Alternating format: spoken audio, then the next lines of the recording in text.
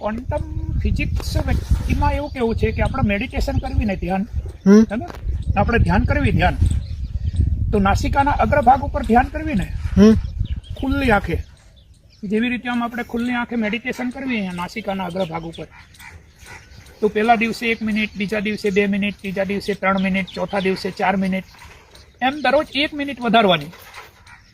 અને રોજ તમે 1 મિનિટ વધારો ને એટલે 16 મિનિટનું એક ડાયમેન્શન હોય. 16 મિનિટે તમે પહોંચો એટલે એક ડાયમેન્શન પાસ થઈ જાય. સિમ્પલ કોન્શિયસનેસ 70 વર્ષ સુધી ફિક્સ ડેવલપ થઈ જાય. પછી પાછું તમે જો 16 મિનિટ બીજું ડાયમેન્શન વધારો તો સેલ્ફ કોન્શિયસનેસ સદાય માટે ડેવલપ થઈ જાય.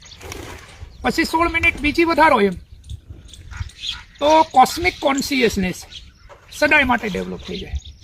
પછી પાછું તમે 16 મિનિટ વધારો તો સિક્સ સેન્સ કાયમ માટે ડેવલપ થઈ જાય.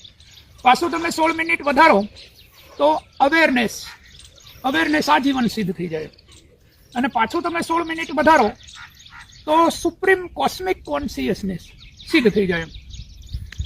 તો માઇન્ડની જે કક્ષાઓ હોય, conscious, unconscious, subconscious, supramental, six sense, તો ડીસી સેકન્ડ, ડેન્સી second, millisecond, microsecond, picosecond, એપ્ચો સેકન્ડ, થેપ્ટો સેકન્ડ, નેનો સેકન્ડ અને ફેમ્ટો સેકન્ડ. ફેમ્ટો સેકન્ડમાં તમે પહોંચો ને એટલે એને કહેવાય ક્વોન્ટમ સ્પીડ રીડિંગ.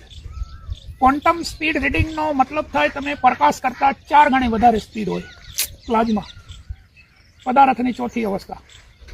તો ક્વોન્ટમ સ્પીડ રીડિંગ છે એ મેં એટલા માટે ડેવલપ કરી છે કે મેં ટાઈમ ટ્રાવેલિંગ કરી શકું.